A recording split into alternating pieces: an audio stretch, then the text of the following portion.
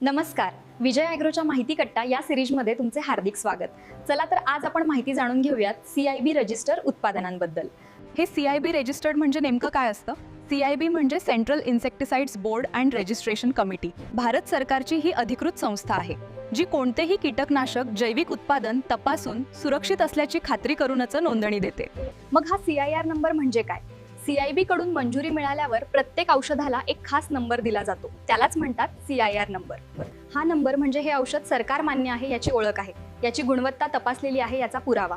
आणि हो, CIB registered औषध कसं ओळखायचं? खूप सोपं आहे. औषधाच्या बाटलीवर हे नक्की बघा, CIR नंबर लिहिलेला असतो. इन्सेक्टिसाइड्स ऍक्ट 1968 अंतर्गत नोंदणी असा उल्लेख असतो. कुठल्या पिकासाठी किती मात्रा वापरायची हे दिलेलं असतं. बॅच नंबर आणि उत्पादन तारीख असते. त्यामुळे शेतीत कोणतेही औषध वापरताना ते CIB रजिस्टर्ड आहे का ते नक्की तपासा.